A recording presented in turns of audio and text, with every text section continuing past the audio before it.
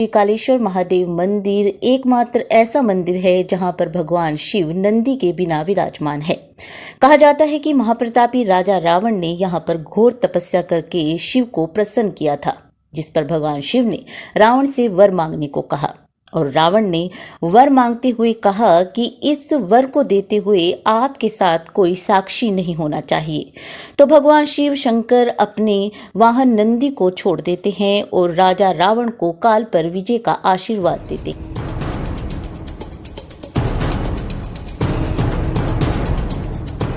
कुरुक्षेत्र में आपका स्वागत है। दोस्तों, इस वक्त मैं मौजूद हूँ कुरुक्षेत्र के श्री कालेश्वर महादेव मंदिर में।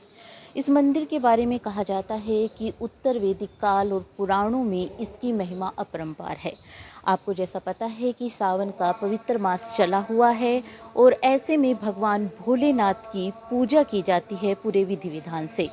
तो सबसे पहले मैं आपको बताना चाहूँगी कि इस महाकालेश्वर मंदिर की क्या मान्यता है। कहा जाता है कि यहाँ पर जो भगवान कालेश्वर रूप में स्थापित हैं वो अपने नंदी के बिना स्थापित हैं। ऐसी दो ही जगहों का वर्णन है जहाँ पर भगवान नंदी के साथ विराजमान नहीं हैं।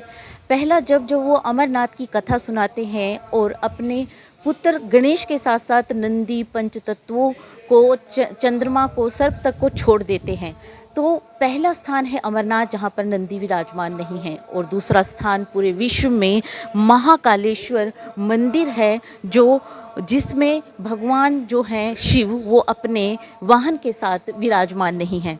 तो मैं आपको ले जाना चाह रही हूँ मंदिर के अंदर और मैं बताऊँगी इस मंदिर का पूरा इतिहास कि किस तरह से यहाँ पर जो नंदी नहीं है उसके पीछे की कहानी क्या है।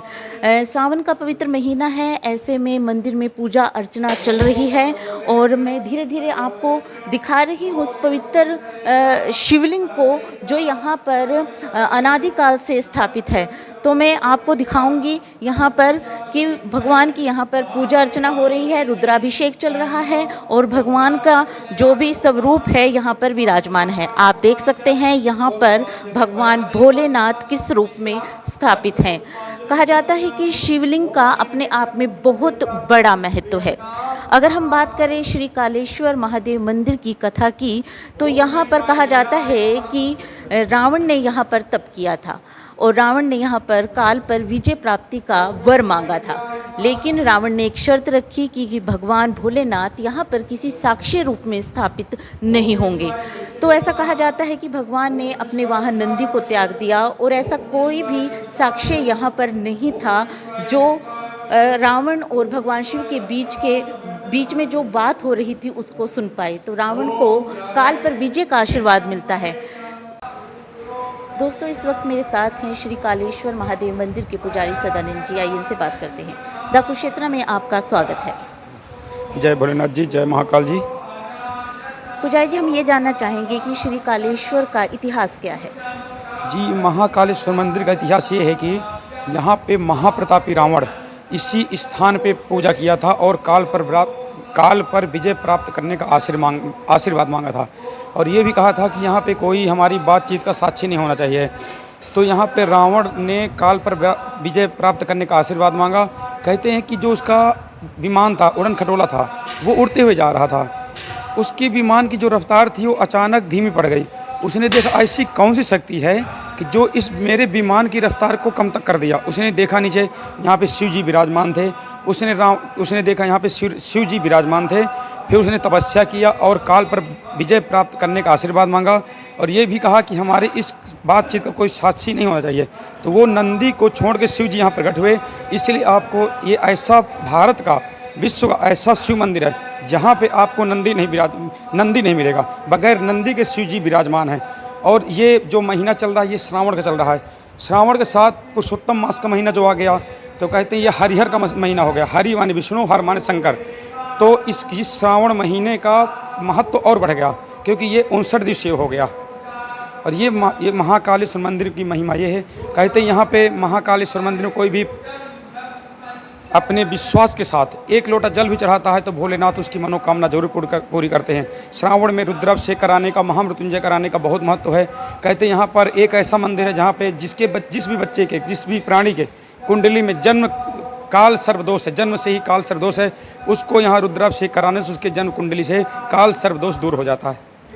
सदानंद जी, ये बताइए कि श्रावण का मास तो चल रहा है, यहाँ विशेष पूजा होती है, लेकिन आम दिनों में कैसा रहता है? आम दिनों भी ऐसे ही रहता है, भक्तों का तांता लगा रहता है। श्रावण मास महाशिवरात्रि आती है, महाशिवरात्रि में भक्तों का आना सुन विशाल भंडारे का आयोजन किया जाता है। और ये तो भोलेनाथ हैं, ये जी 12 महीने इनका सीजन ही रहता है। सभी लोग, सब भक्त आते हैं, बाहर से भी आते हैं, यहाँ विदेशों से भी आते हैं, सब लोग मत्था टेक के यहाँ से अपनी मनोकामना पूरी करके जाते हैं। शहर के उत्तरी दिशा में प्रसिद्ध ऐतिहासिक श्री कालेश्वर महादेव का मंदिर है, जो कि सरस्वती के किनारे पर स्थित है। इस मंदिर के बारे में मान्यता है कि यहाँ पर महाप्रतापी राजा रावण ने भगवान कालेश्वर महादेव की पूजा अर्चना की थी, जिससे प्रसन्न होकर भगवान शिव ने रावण को वर मांगने के लिए कहा था। इस पर रावण ने कहा था, हे भोलेनाथ, मैं वर तो आपसे मांगूंगा, परंतु मेरी एक शर्त है, इस वर का कोई साक्षी नहीं होना चाहिए। तब भगवान कालेश्वर महादेव वहाँ नंदी को छोड़ करके प्रकट हुए थे और रावण को काल पर विजय का आशीर्वाद दिया था। यह एकमात्र मंदिर है जहाँ शिव जी के साथ नंदीगण नहीं है। इस कालेश्वर महादेव के मंदिर में पूजा अर्चना का विशेष महत्व है। इस कालेश्वर महादेव की पूजा करने से व्यक्ति अकाल मृत्यु का ग्रास नहीं बनता। श्रावण के महीने में यहाँ पर सोमवार की आरती और पूजा का विशेष महत्व है। श्री ब्राह्मण एवं तीर्थोद्धार सभा का मैं प्रधान महासचिव रामपाल शर्मा हूँ। इस मंदिर का प्रबंधन श्री ब्राह्मण एवं तीर्थोद्धार सभा संभालती है। सभा ने वहाँ पर एक सत्संग हाल बनाया हुआ है और मंदिर के साथ ही कालेश्वर तीर्थ है, जिसमें पूजा स्नान का भी विशेष महत्व है। इस कालेश्वर तीर्थ पर शनिवार और सोमवार को भारी संख्या में श्रद्धालु आते हैं। हरियाणा, पंजाब, पश्चिमी यूपी और दिल्ली से श्रद्धालु यहाँ महाकालेश्वर की पूजा के लिए आते हैं। और श्रावण में तो यहाँ पर इस सोमवार के दिन इस कालेश्वर के मंदिर में शिव पूजा का विशेष महत्व है। ऐसा शास्त्रों में उल्लेख मिलता है कि एक बार राजा रावण अपने ऊँट खटोले में वहाँ से गुजर रहा था। जब वह इस स्थान से गुजरा तो उसका ऊँट खटोला हिलने लगा, हिंडोले खाने लगा। तब महाप्रतापी रावण वहाँ पर उतरा। उसने देखा यहाँ पर शिव का स्थान है और यहाँ पर उसने घोर तपस्या करके भगवान कालेश्वर महादेव को प्रसन्न किया और उनसे अकाल मृत्यु पर विजय का आशीर्वाद प्राप्त किया था।